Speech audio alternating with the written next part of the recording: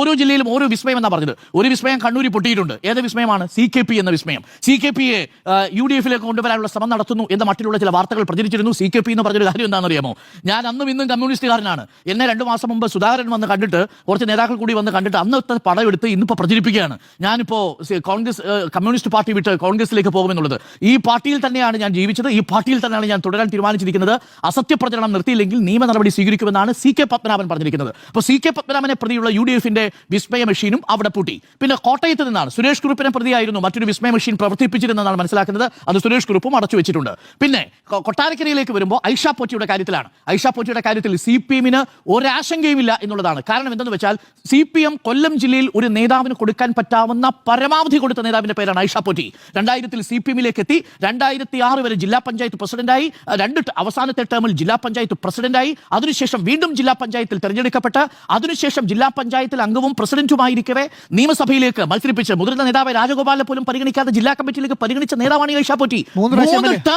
15 വർഷം കൊല്ലം ജില്ലയിൽ CPM-ൽ കൊട്ടാരക്കരയിൽ MLA ആയിരുന്ന ആളാണ് ഐഷ പോറ്റി. ആ ഐഷ പോറ്റിയെ അന്ന് ശക്തൻ സ്പീക്കർ സ്ഥാനത്തേക്ക് മത്സരിക്കുമ്പോൾ പ്രതിപക്ഷത്തേക്ക് മത്സരിപ്പിച്ചു ഈ ഐഷ പോറ്റിയെ. നോക്കൂ, ഏറ്റവും പ്രധാനപ്പെട്ട കാര്യം, ഈ 15 വർഷം MLA ആയും 6 വർഷത്തോളം ജില്ലാ പഞ്ചായത്തിലും അംഗവും പിന്നീട് പ്രസിഡന്റുമായിട്ടും പദവി കിട്ടിയ ഏത് CPM വനിതാ നേതാവുണ്ട്? ഏത് CPM വനിതാ നേതാവുണ്ട് കൊല്ലത്ത്? ഈ ഐഷ പോറ്റി അല്ലാതെ. അപ്പൊ ഐഷ പോറ്റിക്ക് എന്താ പ്രശ്നം? കാറ് വെച്ച്, കൊടി വെച്ച കാർ അല്ലെങ്കിൽ ബീക്കൺ ലൈറ്റ് വെച്ചൊരു കാറ്, അധികാരത്തിന്റെ കാർ ഇല്ലാത്തതാണ് ഐഷ പോറ്റിക്ക് പ്രശ്നമെങ്കിൽ അങ്ങനെയുള്ള ഒരാൾ CPM-ൽ തുടരാതിരിക്കുന്നത് തന്നെയാണ് നല്ലത് എന്നുള്ളതാണ് എന്റെ ടേക്ക്. മാത്രമല്ല ഒരു കാര്യം കൂടി പ്രേക്ഷകർ അറിയണം. ജില്ലാ കമ്മിറ്റിയിലേക്ക് ഐഷ പോറ്റി എടുക്കുന്ന സമയത്ത് എതിർപ്പുണ്ടായിരുന്നു അവിടെ. മുതിർന്ന നേതാവ്, എനിക്കൊന്ന് രാജഗോപാലാണെന്ന് തോന്നുന്നു, രാജഗോപാലിനെ പരിഗണിക്കുന്നതിന് പകരം ഐഷ പോറ്റിയെ പരിഗണിക്കുമ്പോൾ 21 ജില്ലാ സമ്മേളനങ്ങളിൽ ഒരിടത്തിൽ പോലും ജില്ലാ കമ്മിറ്റി മീറ്റിംഗിൽ, സമ്മേളനമല്ല ജില്ലാ കമ്മിറ്റി മീറ്റിംഗുകളിൽ ഒരു കമ്മിറ്റി മീറ്റിംഗിൽ പങ്കെടുത്തിട്ടില്ല ഐഷ പോറ്റി, ജില്ലാ കമ്മിറ്റി അംഗമായിരിക്കെ. അപ്പോഴെല്ലാം പറഞ്ഞ കാര്യം എന്താണെന്ന് അറിയാമോ? ഏറ്റവും ഒടുവിൽ ബാലഗോപാൽ ഈ നിയർ ഹോം പദ്ധതിയുടെ ഉദ്ഘാടനത്തിന് വേണ്ടി ക്ഷണിക്കുമ്പോൾ ഐഷ പോറ്റി പറയുന്നൊരു വാചകമുണ്ട്, ഹെൽത്ത് ഇഷ്യൂ ഉണ്ടെന്ന്. ഹെൽത്ത് ഇഷ്യൂ ഉള്ള ഐഷ പോറ്റിയാണ് ലോക് ഭവന് മുന്നിൽ പോയിട്ട് കോൺഗ്രസിലേക്ക് ചേരാൻ പോകുന്നത്. ഇത് ജനങ്ങൾ കണ്ടുകൊണ്ടിരിക്കുകയാണെന്ന് പറയാൻ വേണ്ടി പറഞ്ഞതേ ഉള്ളൂ. അപ്പോൾ ആകെ പ്രവർത്തിപ്പിച്ച വിസ്മയ മെഷീനിൽ കടന്നു വന്നിരിക്കുന്നത് 21 വർഷം പാർട്ടിയുടെ എല്ലാ ആനുകൂല്യങ്ങളും പറ്റിയ, പാർട്ടി ഏറ്റവും നന്നായി കണക്കാക്കിയ ഐഷ പോറ്റി പോലൊരു നേതാവിനെ മാത്രമേ അവരുടെ ഫോൾഡിൽ ഇതുവരെ കിട്ടിയിട്ടുള്ളൂ. ഇന്നിപ്പോൾ CPM-ന്റെ വക ഒരു ട്രോൾ ഇറങ്ങിയിട്ടുണ്ട്. ഈ പുറത്തിറങ്ങാൻ വയ്യാതിരിക്കുന്ന ഏതെങ്കിലും കമ്മ്യൂണിസ്റ്റ് നേതാക്കളുണ്ടെങ്കിൽ അവരോടൊന്ന് സുരക്ഷിതമായിട്ട് ഇരിക്കാൻ പറഞ്ഞോളൂ. ചില കോൺഗ്രസ് നേതാക്കൾ നിങ്ങളെ വന്ന് കണ്ടു കഴിഞ്ഞാൽ പിറ്റേ ദിവസത്തെ വാർത്ത ഈ നേതാവ് കോൺഗ്രസിലേക്കായിരിക്കും, UDF-ലേക്കായിരിക്കും എന്ന വാർത്ത വരാൻ സാധ്യതയുണ്ടെന്ന് പറയുന്നു. അപ്പോൾ വിസ്മയ മെഷീൻ താൽക്കാലികമായി ഓഫ് ചെയ്യുന്നതായിരിക്കും നല്ലത്. വിസ്മയ മെഷീൻ ആദ്യം തന്നെ 8 നിലയിൽ പൊട്ടിപ്പോയിരിക്കുന്നു എന്നുള്ള വിവരമാണ്. അതാണ് ഇന്ന് ജോസ് കെ മാണി വന്ന് പറഞ്ഞത്. വ്യസന സമേതം അറിയിക്കുന്നു എന്നുള്ളതാണ്. അപ്പോൾ ഇനി വിസ്മയം ഉണ്ടാക്കുന്ന യന്ത്രം താൽക്കാലികമായി UDF ഓഫാക്കുന്നതായിരിക്കും നല്ലത്. 2 കാര്യങ്ങൾ ഞാൻ ആദ്യമേ പറയാം. അതിലൊന്ന്, ഇതിൽ അർത്ഥസത്യങ്ങൾ ഉണ്ടായിരുന്നു. ആ അർത്ഥസത്യങ്ങളിൽ എത്രത്തോളമാണ് സത്യം, എത്രത്തോളമാണ് അസത്യം എന്നുള്ളത് തിരിഞ്ഞൊരു ദിവസം കൂടിയാണ്. ജോസ് കെ മാണിയെ പ്രതി, കേരള കോൺഗ്രസിനെ പ്രതി ഉണ്ടായ ചർച്ചകളിൽ. അതിനു മുമ്പ് ഇന്ന് വളരെ ഗംഭീരമായ ഒരു വാചകമാണ് ജോസ് കെ മാണി പറഞ്ഞത്. ലൂക്കായുടെ 23-ാം അധ്യായം 28-ാമത്തെ വാക്യത്തിൽ കുരിശിലേറ്റാൻ കൊണ്ടുപോകുന്ന സമയത്ത് യേശുക്രിസ്തു പിന്തിരിഞ്ഞു നിന്ന് തന്നെ പ്രതി കരയുന്ന ജെറുസലേമിലെ ആളുകളോട് പറയുകയാണ്, ജെറുസലേമിലെ പുത്രിമാരെ, നിങ്ങൾ എന്നെ പ്രതി കരയേണ്ട, നിങ്ങളെയും നിങ്ങളുടെ മക്കളെയും ഓർത്ത് കരയൂ എന്നുള്ളതാണ്.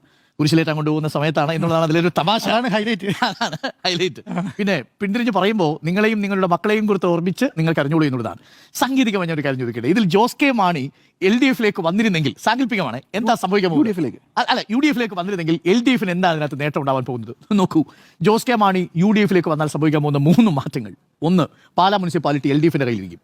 ബിനു പുളിക്കക്കണ്ടവും ഈ 3 പേരും 3 വോട്ടുകളും LDF-ന് അനുകൂലമായിട്ട് തീരും. അപ്പോൾ പാലാ മുനിസിപ്പാലിറ്റി LDF-ലേക്ക്. 2, കേരള കോൺഗ്രസ് ജോസഫ് ഭാഗം. ഇന്ന് കടുത്തുരുത്തിയിൽ മോൻസിന്റെ വാക്കുകൾ വളരെ ഷാർപ്പായിരുന്നു. ഒരു കാരണവശാലും ജോസ് കെ മാണിയെ ഒരുമിച്ചിരുത്തിക്കൊണ്ട് ജോസഫ് മുന്നോട്ട് പോവില്ല.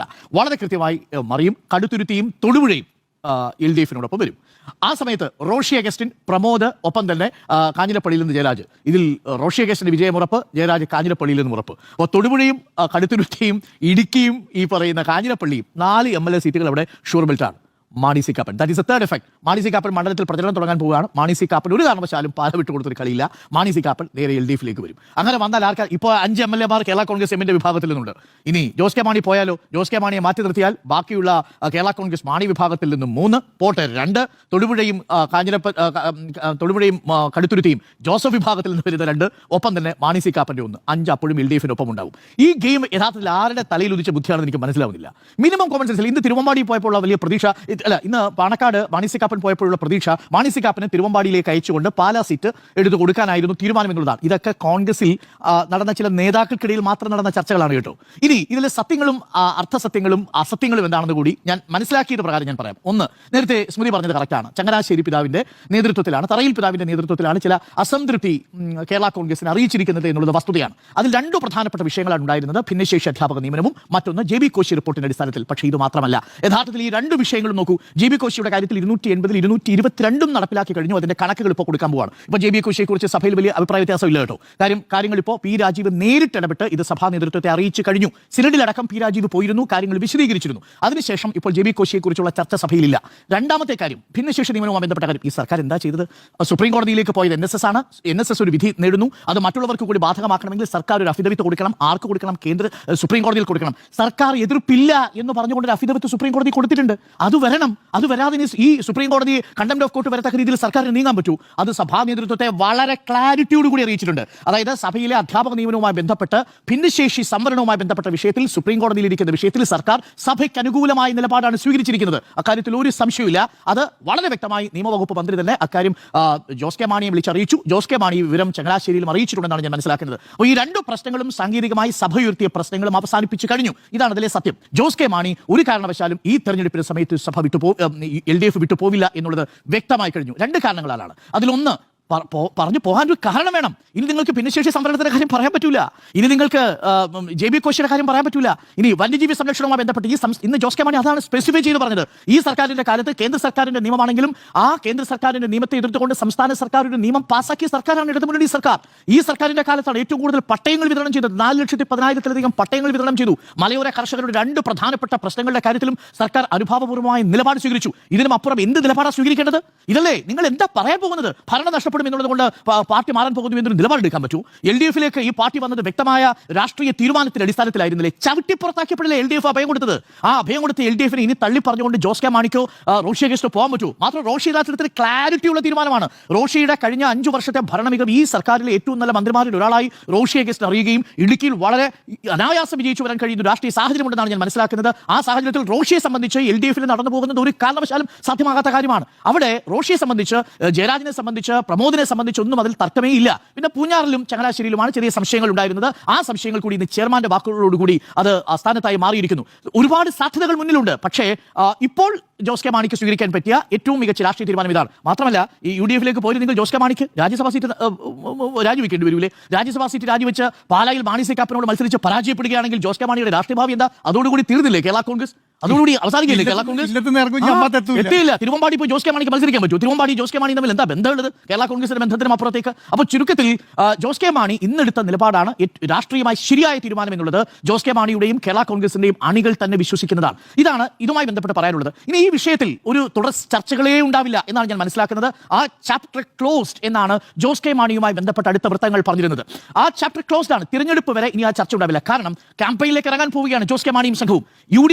UDFിനെതിരെ LDFിന്റെ ക്യാമ്പയിനുമായിട്ടാണ് ജോസ് കെ മാണി ഇറങ്ങാൻ പോകുന്നത് കേട്ടോ. LDF തുടരും എന്ന് തന്നെയാണ് ജോസ് കെ മാണി പറയാൻ പോകുന്നത്. മാത്രവുമല്ല, UDFിന്റെ കാലത്തെ പോളിസികളെ എതിർത്തുകൊണ്ട് ജോസ് കെ മാണി ഈ ക്യാമ്പയിനിൽ സംസാരിക്കാൻ പോവുകയാണ്. ഈ 6-ാം തീയതി നടക്കാൻ പോകുന്ന മധ്യമേഖലാ ജാഥയിൽ. അതാണ് രണ്ടാമത്തെ പ്രധാനപ്പെട്ട ഒരു അർത്ഥസത്യവും ഒരസത്യവും.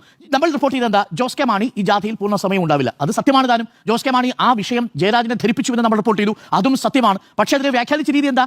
ജാഥയിൽ പങ്കെടുക്കാത്തത് കൊണ്ട് ജോസ് കെ മാണി LDFിൽ നിന്ന് പോകുന്നു. അങ്ങനെയല്ല. ജോസ് കെ മാണിക്ക് വ്യക്തിപരമായ കാരണങ്ങൾ ഉള്ളതുകൊണ്ട് 6 ദിവസം ജയരാജൻ സാറിനോട് ചോദിച്ചിരുന്നു, എൻ ജയരാജനോട് ചോദിച്ചിരുന്നു, ഈ മധ്യമേഖലാ ജാഥ 6 ദിവസം എനിക്ക് പകരം താങ്കൾ നയിക്കുമോ? അത് നയിക്കും. ഉദ്ഘാടന ദിവസവും ഉണ്ടാവും, സമാപന ദിവസവും ഉണ്ടാവും. 2-3 ദിവസങ്ങളിൽ ജോസ് കെ മാണി ഒപ്പം ഉണ്ടാവും. ആ ക്യാമ്പയിൻ LDFിന് വേണ്ടിയുള്ള ക്യാമ്പയിനാണ്. LDFിന് വേണ്ടി ജാഥ നയിച്ച് ഈ ബഡ്ജറ്റ് സെഷനിൽ ഈ സർക്കാരിന്റെ ഭാഗത്ത് നിന്ന് ഇതേ കോൺസ്റ്റിറ്റ്യുവൻസികളിലേക്കുള്ള പ്രധാനപ്പെട്ട നേട്ടങ്ങൾ സ്വന്തമാക്കിയതിനു ശേഷം, വിഹിതങ്ങൾ സ്വന്തമാക്കിയതിനു ശേഷം അടുത്ത ഈ ബഡ്ജറ്റ് സെഷൻ അവസാനിക്കാൻ പോകുന്നത് മാർച്ചിലാണ്. അത് കഴിഞ്ഞാൽ അപ്പോൾ തന്നെ നോട്ടിഫിക്കേഷൻ വരും. അത് കഴിഞ്ഞ് ഏപ്രിൽ മാസത്തിൽ തെരഞ്ഞെടുപ്പിന് മുമ്പ് ഇത് മാറാനുള്ള ഒരു സാധ്യതയുമില്ല. അതുകൊണ്ടാണ് ഞാൻ പറഞ്ഞത് ദാറ്റ് ചാപ്റ്റർ റിമെയിൻസ് ക്ലോസ്ഡ്. ഈ മൊമെന്റിൽ, ഈ നിമിഷം സംസാരിക്കുമ്പോൾ എല്ലാ സാധ്യതകളും അടഞ്ഞിരിക്കുന്നു. ഇനി ഒരു വിഷയമില്ല അതിനെക്കുറിച്ച് സംസാരിക്കാൻ. രാഷ്ട്രീയമായ കണക്കുകൂട്ടലുകളിലും ജോസ് കെ മാണി എടുത്ത തീരുമാനമാണ് ശരി. അതുകൊണ്ട് ഇനി ജോസ് കെ മാണിയെ പ്രതിയുള്ള വിസ്മയത്തിന്റെ ആ മെഷീൻ അടച്ചുവെക്കുന്നതായിരിക്കും UDFിന് നല്ലത്. ആദ്യത്തെ 3 ശ്രമങ്ങളും പരാജയപ്പെട്ടു പോയിരിക്കുന്നു. 1 ജോസ് കെ മാണി, 2 സുരേഷ് കുറുപ്പ്, 3-ാമത്തത് CKP.